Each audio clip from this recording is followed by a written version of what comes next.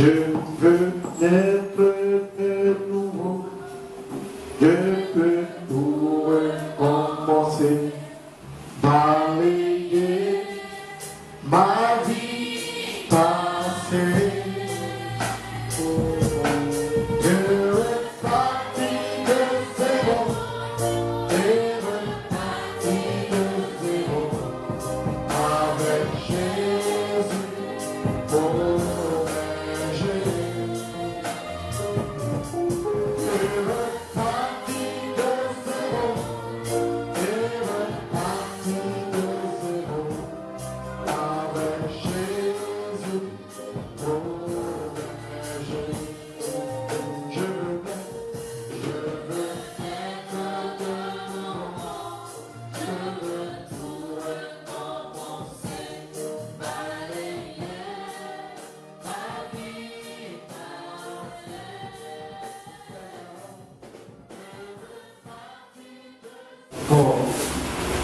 nom du Seigneur soit béni.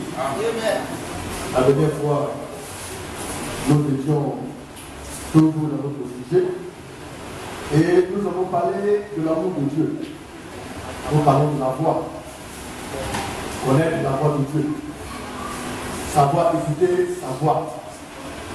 Apprendre à discerner ce qui vient de l'homme et ce qui n'est pas de l'homme, en d'autres termes de Dieu.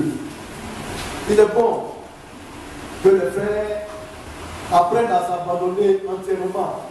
Je ne vais pas dire de manière totale entre les mains de notre Seigneur. Et quand on parle du Seigneur, il est évident qu'on parle de sa parole. Alléluia. Dans le livre de Proverbe, le chapitre 8, que nous avons lu la dernière fois, le verset 17, nous avons vu que le Seigneur aime ceux-là qu'il aime. Oui, nous devons apprendre à aimer le Seigneur. Quand nous commençons par aimer le Seigneur de la bonne manière, nous recevons des privilèges de la part de Dieu. Nous devenons des privilégiés. Et l'amour de Dieu fait qu'on devient des amis du Seigneur. Est-ce qu'il est possible qu'un homme soit un ami du Seigneur? Oui, si dans la Bible, le Seigneur nous a fait savoir qu'il a eu des amis, ça vous dit qu'aujourd'hui, Dieu aussi peut avoir des amis. Amen. Parce que ceux qui ont été des amis de Dieu sont de la même nature que nous. Ils n'ont pas été supérieurs à nous, à quoi que ce soit. Tous nous avons été faillis. Tous nous avons péché. Mais à cause de l'amour qu'ils avaient pour Dieu, de leur attachement pour Dieu, ces personnes-là ont été regardées à Dieu comme étant leurs amis. Si nous nous comportons bien, si nous avons en nous la considération des choses de Dieu, la considération de la parole de Dieu, alors il est évident que Dieu fasse de nous ses amis. Et que Dieu, de manière personnelle, puisse aussi nous aider. Alors il dit, ceux qui le cherchent, le trouvent. Chercher le Seigneur, oui, le rechercher. Et quand on sait chercher Dieu, pour le Seigneur, c'est ce qu'il appelle l'intelligence. Parce que celui-là qui est intelligent, c'est celui-là qui s'éloigne de ce qui est mal. Et qui s'attache fortement à ce qui est bien. Pour le monde, celui-là qui est intelligent, c'est celui-là qui use de l'use pour échapper les pièges. C'est celui-là peut-être qui peut avoir un doctorat. Mais l'intelligence de l'homme ne peut pas amener l'homme quelque part. Les Einstein ont été très intelligents. S'il n'a pas adoré Dieu, comme il le faut, son intelligence ne servira à rien. Parce que c'est vrai que peut-être qu'il a fait des découvertes. On dit découverte. C'est voulu que la chose ait existé avant que lui ne soit. Seulement, avec l'intelligence qu'il avait du monde, il a découvert. Mais cette intelligence que le monde a, c'est Dieu qui l'a créée. Mais Satan l'a usée d'une autre manière. Pour dire la véritable intelligence appartient à notre Seigneur. Et notre Seigneur nous fait savoir que celui-là qui est intelligent, c'est celui-là qui s'éloigne du mal et qui s'attache au bien. Alors attachons-nous au bien et écartons-nous de tout ce qui est mal. Et nous serons intelligents à la face de Dieu. Alors chercher le Seigneur, c'est chercher ce qu'il aime et rejeter ce qu'il n'aime pas. Alléluia. Et le Seigneur nous a aussi fait savoir, nous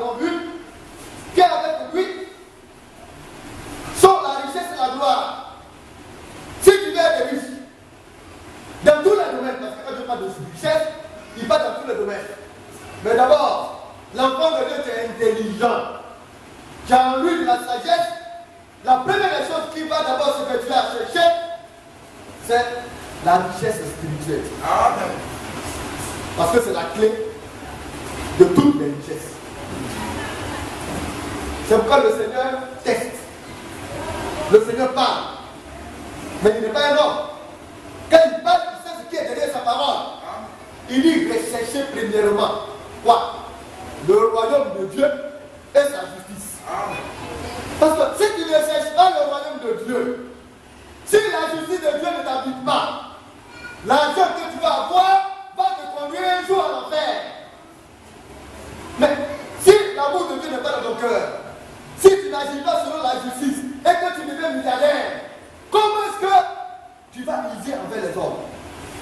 C'est pourquoi on voit d'une part certaines personnes qui s'enrichissent et qui briment les travailleurs, qui les méprisent, qui les payent mal, alors qu'ils ont des millions et des millions de dollars. Mais quand tu crains Dieu, l'argent que Dieu te donne te permet d'entretenir les hommes, de les mettre à l'aise. Alléluia. Afin que Dieu te bénisse davantage. Alors l'argent peut être une source favorable pour d'autres et puis une source défavorable pour certains. Pour ceux-là d'abord sont considérés la richesse spirituelle et la justice de Dieu. Quand l'argent de Dieu maintenant vient, l'argent vient, ils savent que l'ouvrier mérite son salaire. Amen. Il faut traiter chacun en fonction de ses mérites. Si quelqu'un mérite 200 000 francs, tu lui donneras ses 200 000 francs. Si quelqu'un travaille selon le travail d'1 million, tu vas lui payer ses 1 million. Alors Dieu dit, tu deviens juste. Et le Seigneur a tout prévu pour ses enfants. Cherchez premièrement d'abord cela, le royaume des cieux et la justice de Dieu.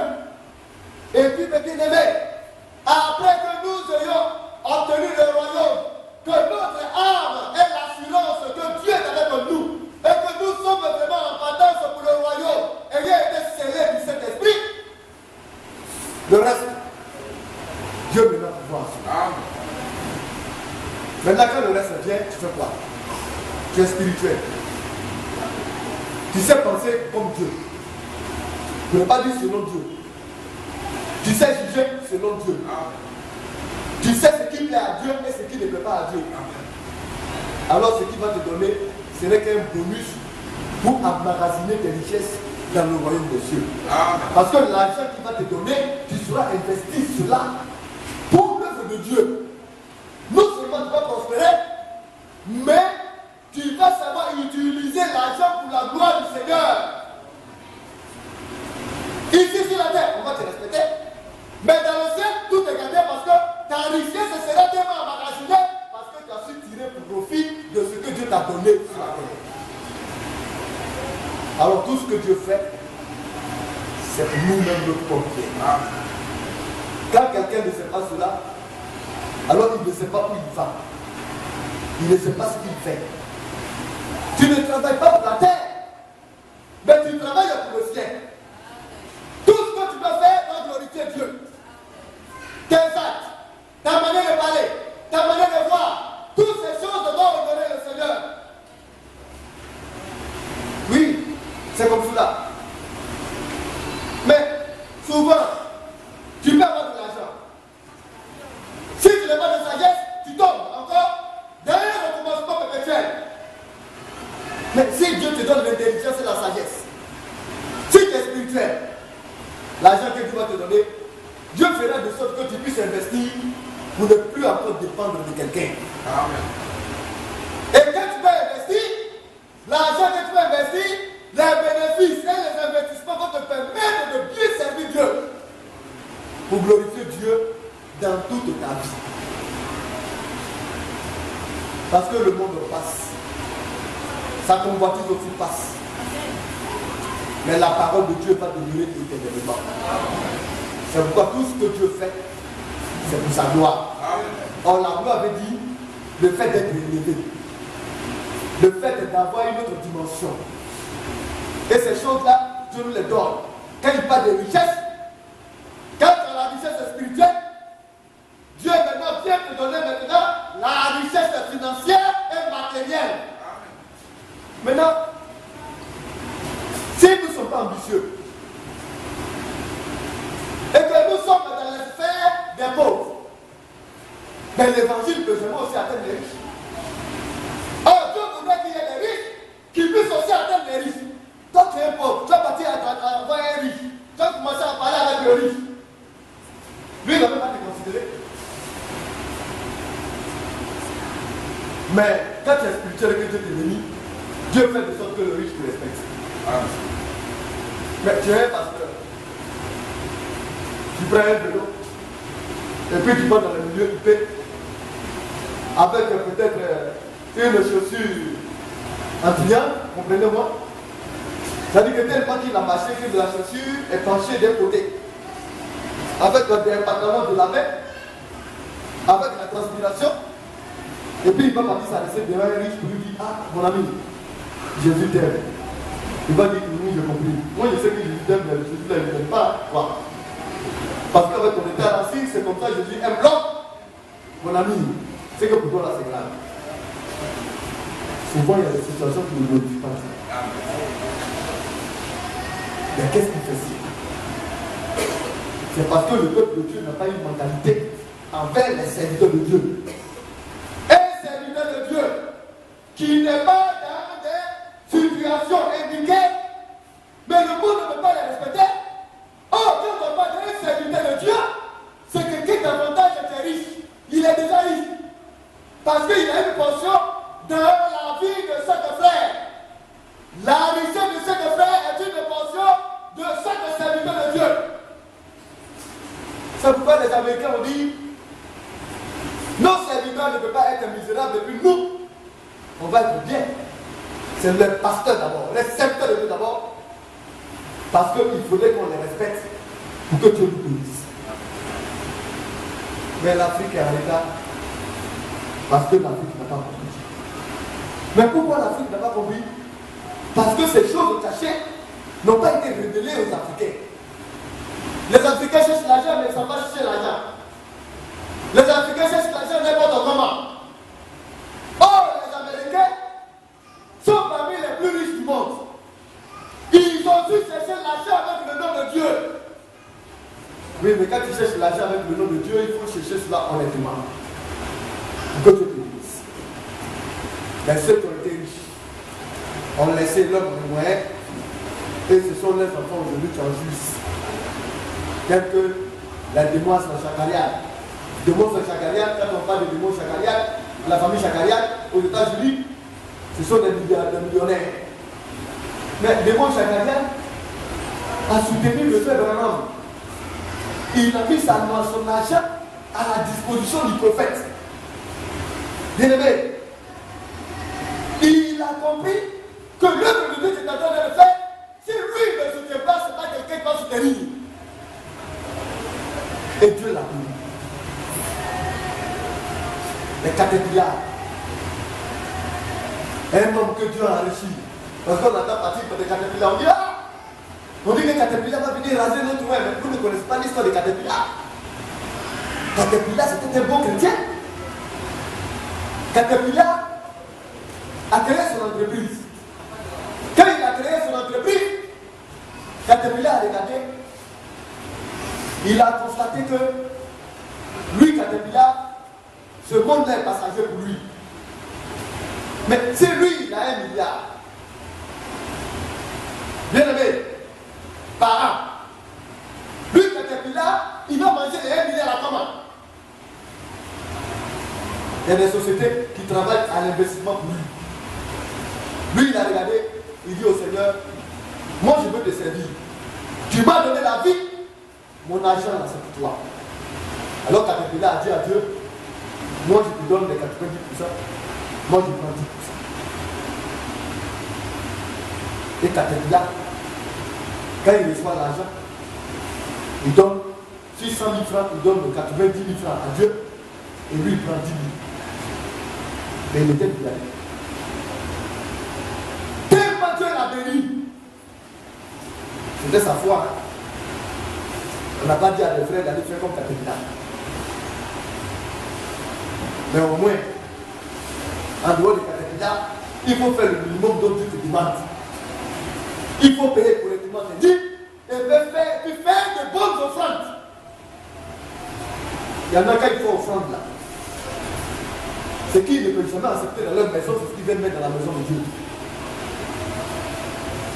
Quand tu manges 4 000 francs, 5 000 francs, peut-être par jour, si on ouvre sa marmite, les morceaux de viande qui sont en train de se lutter dans la marmite là-bas, si vous voyez, c'est Dieu seul qui sait.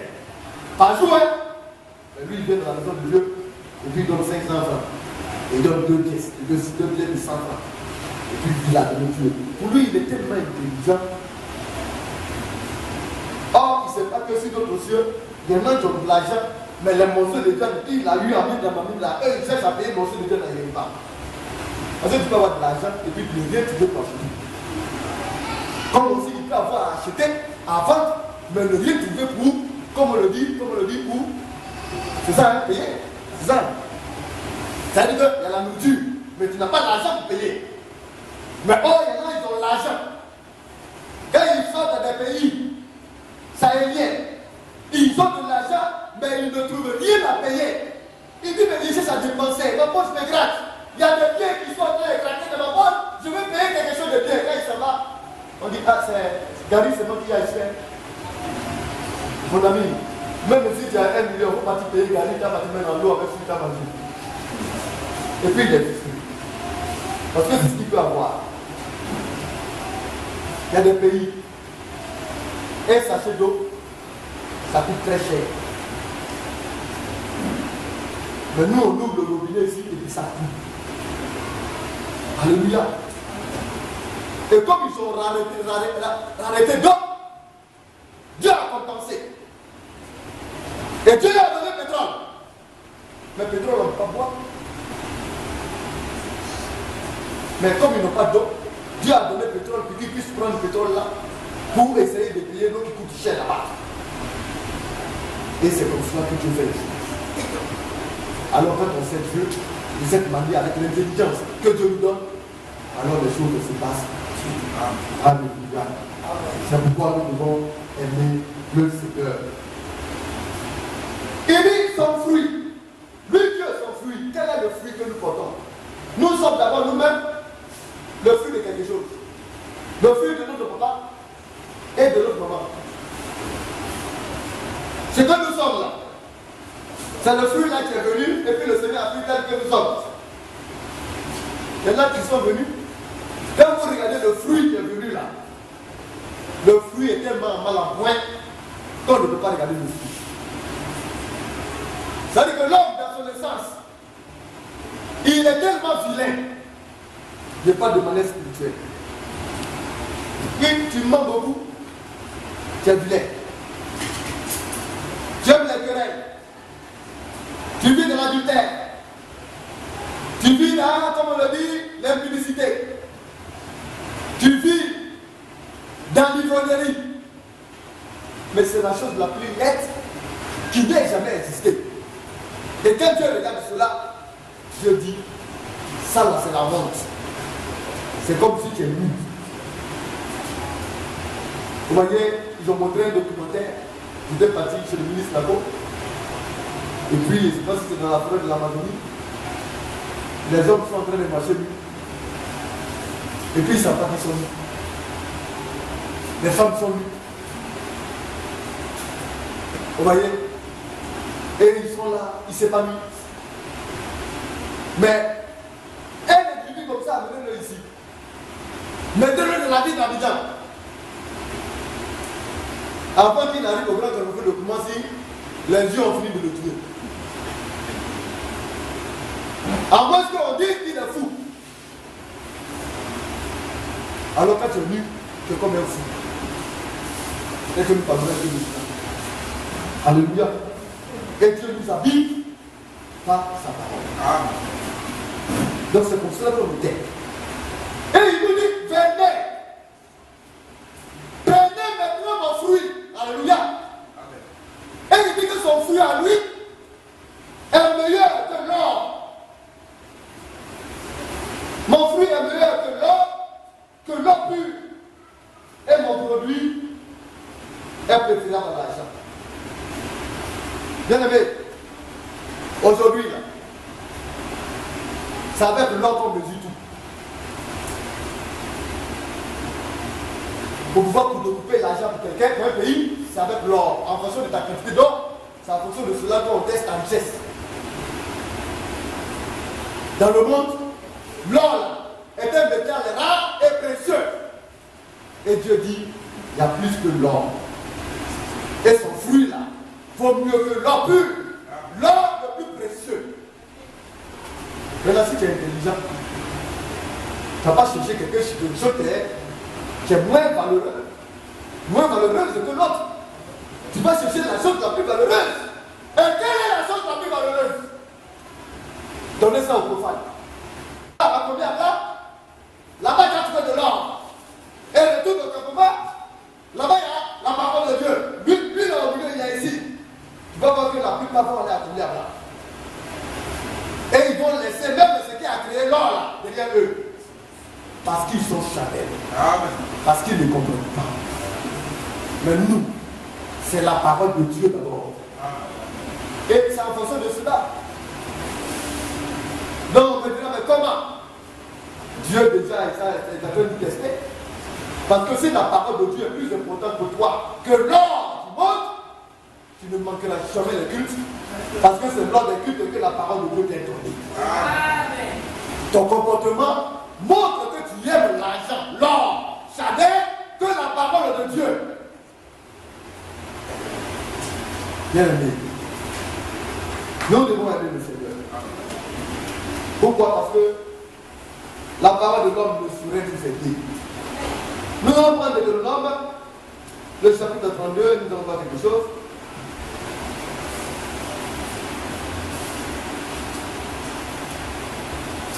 Le frère a changé la porte, tout à l'heure je venais. J'avais la clé de l'autre côté, j'essaie de fermer. La porte aussi, la clé aussi, avait la difficulté, c'est ce qui a fait que je me souvenais de rien. Je me souviens de pardon. Deutéronome 32, le ministre va m'aider. Avec verset 9. Deutéronome 32. Au verset 5. Cieux, prête l'oreille et je parlerai. Donc, vous voyez, bien aimé, en nous, on est tellement petit, c'est insignifiant. Mais c'est ce qui est petit et insignifiant à la tête. C'est compliqué. Il n'y a pas un homme encore qui a franchi le premier ciel. Du vivant sur la terre, il n'y a pas avion qui a pu encore atteindre le premier ciel. Ça n'existe pas. On n'a même pas encore franchi le premier ciel et puis nous on parle, on est têtu, on est arrogant, on est fier et puis on est orgueilleux alors qu'on est bien. Et le Seigneur dit cieux. Et du premier jusqu'au 7e là-bas. Prêtez l'oreille. Parce que je peux parler. Quand Dieu parle, on est attentif et on écoute. Vous voyez les séducteurs? Alors que le prédicateur est en train de parler, c'est un sauveur maintenant qui fait du bruit, qui l'applaudit et qui pousse tout à venir la chair. C'est de la séduction. Bien aimé, c'est du désordre. Dieu va te parler et puis tu vas courir pour venir saluer Dieu. C'est que ce n'est pas l'Esprit de Dieu qui parle. Parce que si l'Esprit de Dieu te parle, ça va briser tes rêves. Tu vas t'asseoir silencieux comme dans la parole de Dieu, cela est écrit. Parce que quand Dieu parle, quand les coups de tonnerre ont commencé par gronder, quand le feu envahit, comme on le dit, la montagne, c'était la terreur, tu avais saisi les enfants de Dieu. Amen. Mais Dieu parle, putain, tu te lèves, tu applaudis. C'est que Dieu ne parle pas. Donc il y en a qui prêchent l'évangile social et l'évangile du spectacle. Mais nous ne sommes pas dans ça. Tu as fait du spectacle pour empêcher ton ami de venir écouter. Parce qu'il n'a même pas encore fini de dire la phrase. Alléluia, amen, gloire à Dieu.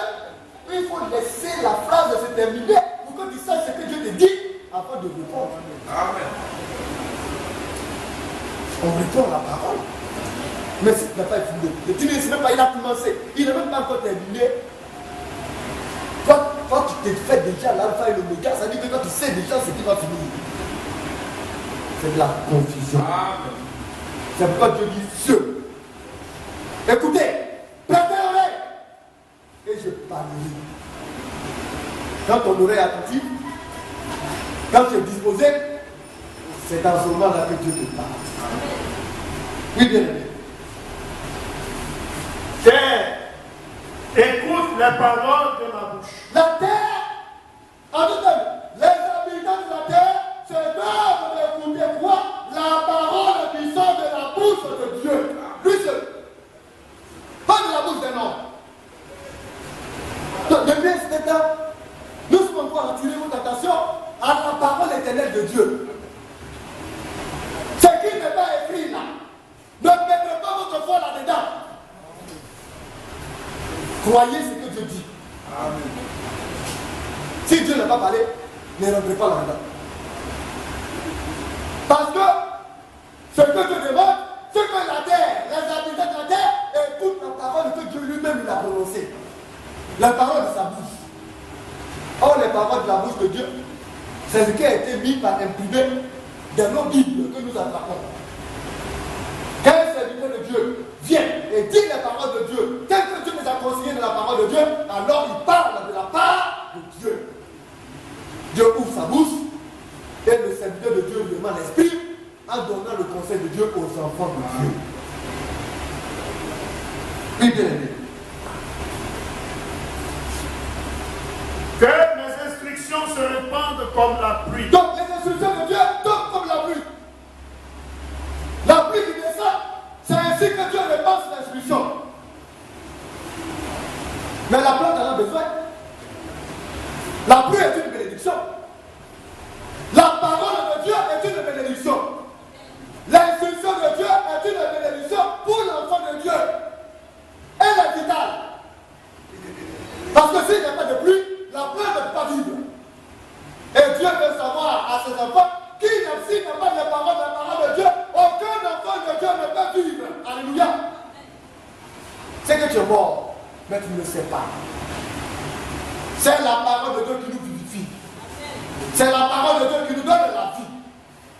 Oui, bien aimé. Que ma parole tombe comme la rosée. Alors la rosée, c'est une bénédiction. Alléluia. Elle descend doucement. Des filles de pluie, tout ça. Des filles, comment on appelle ça, pluie, qui descendent très tôt le matin et qui adoucissent la plante, qui caressent la plante.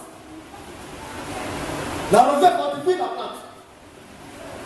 Il y a la pluie au-delà de qui vient, c'est vrai, on appelle les ondées, mais au-delà de cela, il y a la fille de pluie qui descend et les plantes aiment cela. C'est leur caviar. Parce que ça fertilise la terre. Ça dispose la terre. Alléluia. Quand tu vas pendant la période de la rosée, pour arracher même une plante, c'est tellement facile, tellement que la terre est molle.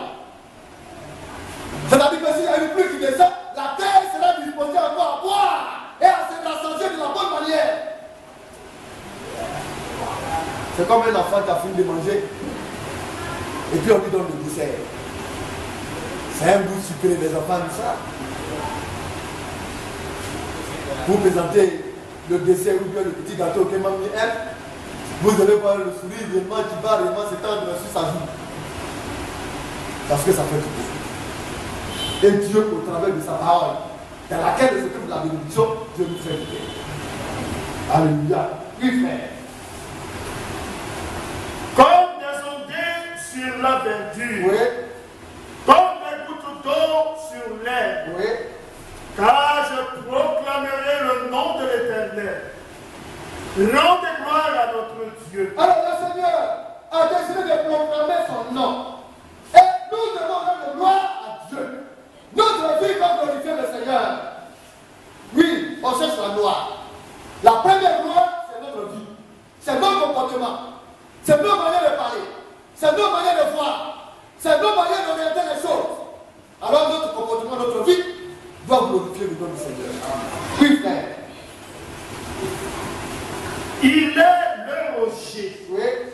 Ses œuvres sont parfaites. Alors, notre Seigneur, il est le rocher. Ce n'est pas n'importe quel rocher. C'est pourquoi les anciens ont surnommé le rocher des Alpes. Le premier rocher, le plus dur qui a existé, c'est lui. Et c'est de lui que sont taillés les autres rochers. Nous sommes des petits rochers tirés de ce rocher. Alléluia. Alors, il est le rocher. Et ses œuvres sont parfaites. Ça veut dire que quand il a agi, ce qu'il a fait, on ne peut pas le dire comme ce soit là-dessus. C'est pourquoi la parole de Dieu est l'absolu des croyants. Parce que la parole de Dieu a été prononcée. Elle a été éprouvée. Quand on parle de quelque chose qui a été éprouvé, c'est-à-dire que la chose a eu ses œuvres. La chose a déjà été manifestée. La chose a déjà vécu ce que nous sommes en train de vivre. Et comme elle a vécu, elle a été éprouvée, elle a été testée, parfaite. Ses œuvres sont parfaites. Alors, ces œuvres parfaites, Dieu maintenant veut nous les donner. Il veut nous les remettre. En nous confiant en lui, en nous basant à sa parole, alors Dieu nous donne aussi de manifester ses œuvres. Et ce sont ces œuvres-là qui vont aussi nous amener à la perfection. Parce que c'est ce qui est parfait qui peut conduire à la perfection. Mais ce qui est incorrect ne peut que conduire dans l'erreur et dans la défiance. C'est pourquoi Dieu a tout mis en œuvre dans sa perfection, en fait que nous puissions nous baser sur lui et sa parole. Oui, bien aimé. Car toutes ces voies sont justes. Alors, quand on regarde les voies, si Dieu nous indique une voie, toutes les voies que la parole de Dieu nous a indiquées, il n'y a rien de faux dedans. Tout est juste. C'est pourquoi, bien aimé, nous devons prêter attention à ce que Dieu nous dit. Nous devons écouter la voix de Dieu. Parce que Dieu ne saurait jamais nous conduire dans l'erreur. On n'a jamais vu un homme qui s'est appuyé sur Dieu, qui a mis sa confiance en Dieu et qui a demandé au Seigneur quelque chose avant sa mort, qu'ils sont partis sans obtenir cela. S'il n'a pas obtenu cela, c'est que son Dieu là n'est pas un vrai Dieu. Ça va prendre du temps. Ça peut prendre le temps que ça va prendre. Mais si tu t'appliques à te comporter comme Dieu a demandé, et que tu lui demandes ce que tu veux, autant marqué, Dieu se glorifiera. Et Dieu te mettra à la position que tu as demandé selon sa volonté. Dieu ne veut pas que ses enfants soient pauvres. Mais avant que ses enfants ne soient riches, il a demandé des choses. Si un enfant de Dieu fait cela, parce qu'il y a des gens qui s'adonnent à la spiritualité, à la bonne vie, qui prient pour la vie spirituelle, mais qui ne demandent pas aussi la richesse. Ils ne demandent rien. Mais seulement ils se préoccupent de leur vie spirituelle. Alors Dieu leur donne l'essentiel. Il y en a qui peuvent être très spirituels et puis être pauvres. Parce qu'ils n'ont pas demandé. Mais pour celui-là qui n'est pas spirituel, mais qui demande à Dieu, bien aimé, Dieu réagit toujours. Vous savez, on n'a pas l'argent et puis on sait Dieu. Mais quand Dieu parle, si tu n'as pas d'expérience, si tu ne vis pas, tu ne peux pas comprendre. Le juste là, le Seigneur ne l'abandonne jamais. Mais nous, les serviteurs de Dieu, votre pasteur en est un exemple. Mais le pasteur n'était pas amené à quelqu'un. Mais normalement, c'est vous qui devez prendre soin de votre pasteur. Mais comme l'homme aussi, si tu ne lui dis pas, il ne fait pas. Si tu ne vas pas vers lui pour lui demander, il ne va pas te donner. Et les hommes ont cette manière de faire, mais pourtant ils connaissent les règles de Dieu. Maintenant, si le pasteur est juste, si le pasteur s'applique à la justice de Dieu, à l'amour de Dieu, mais Dieu ne l'abandonnera pas. Si les serviteurs de Dieu s'appliquent à la justice de Dieu, Dieu ne les abandonnera pas. D'une manière ou d'une autre, ils ne seront pas misérables. Mais c'est la parole. C'est pourquoi il dit, depuis que lui l'adore et qu'il sait, il n'a pas vu le juste abandonné, ni sa descendance mendier du Père. C'est pour dire que si les serviteurs de Dieu même ont des enfants, leurs enfants ne partiront pas mendier. Un serviteur de Dieu qui s'élève et qui va mendier, ce n'est pas bon. Mais le serviteur de Dieu appelle même un fidèle. Est-ce que je peux avoir 10 000 francs chez toi? Et puis il regarde sa femme, et puis il dit, regarde, il me demande l'argent. Alors que c'est son argent que c'est toi. C'est le monde en envers. Tu t'assois sur son argent. Tu refuses de lui donner ce qui lui appartient. Et puis tu as la bouche pour parler. Tu as la bouche pour t'exprimer. Mais le temps va venir où Dieu va donner l'argent à son serviteur, où Dieu va le faire sortir de la pauvreté et de la misère. C'est en ce moment-là que tu vas commencer à comprendre ton sort. Parce que Dieu s'occupera de ses serviteurs. Tu as volé l'argent de Dieu et l'argent qui doit être donné à ses serviteurs.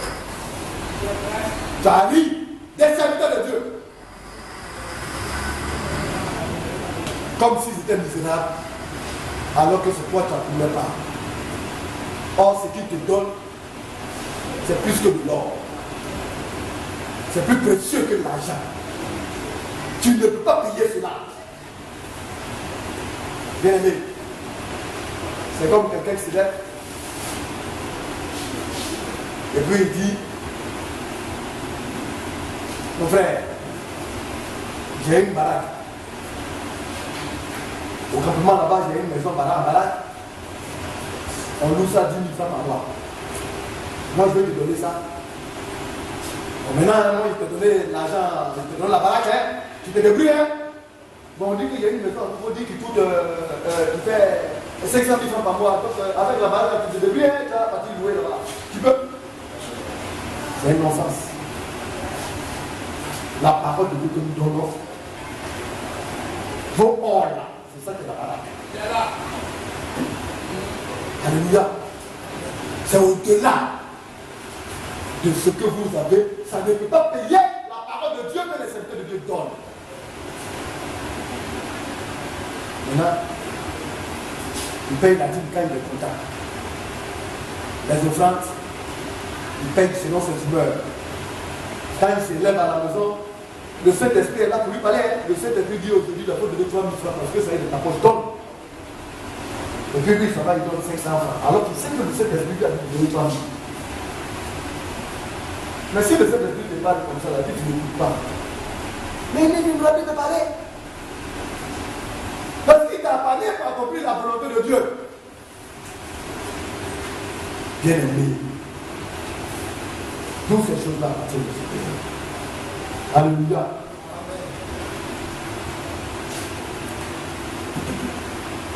Il dit,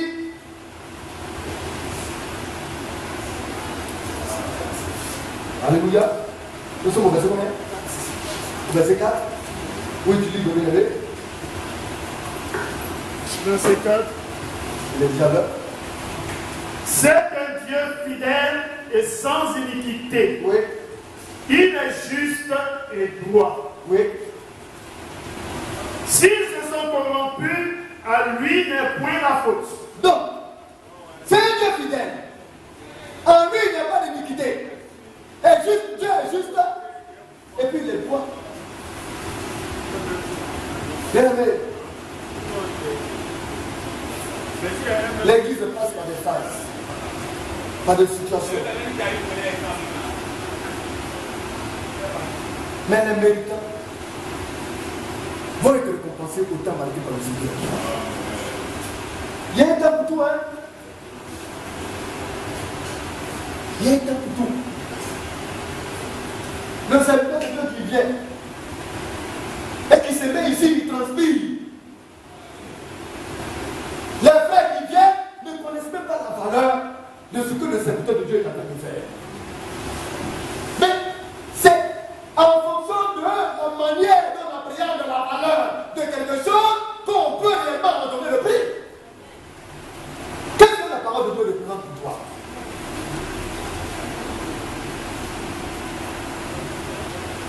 Frère, que Dieu nous aide. Demandez au pasteur, frère, on vient. Quand on vient, on prie. Chaque fois, on prie. Les mardis. Pour que Dieu bénisse les frères. Et que le Seigneur fasse que les serviteurs de Dieu soient indépendants. Un serviteur de Dieu qui n'est pas indépendant, il a fait, il fait comment? Quand il va partir vers toi pour te regarder, demain tu vas le respecter. Mais le Seigneur doit rendre ses serviteurs indépendants. Et puis nous le disons, nous croyons que le Seigneur va le faire.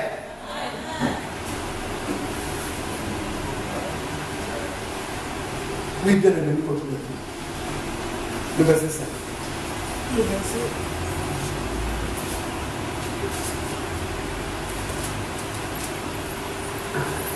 S'ils se sont corrompus, Oui. à lui n'est point la faute. Donc les hommes se corrompent. Les hommes, ça donne la même chose. Et puis maintenant on regarde. Et puis on va accuser Dieu. Dieu n'y est pour rien là-dedans. Ce n'est pas sa faute. Lui, bien aimé. La honte est à ses enfants. Oui. Race fausse et perverse. Et la honte est à ses enfants. Pour terminer, vous savez, avant la crise, je disais comme ça que le Seigneur m'avait montré un songe. Je ne comprends pas. Où j'ai vu l'église. Et puis, il y a des frères qui n'étaient pas là.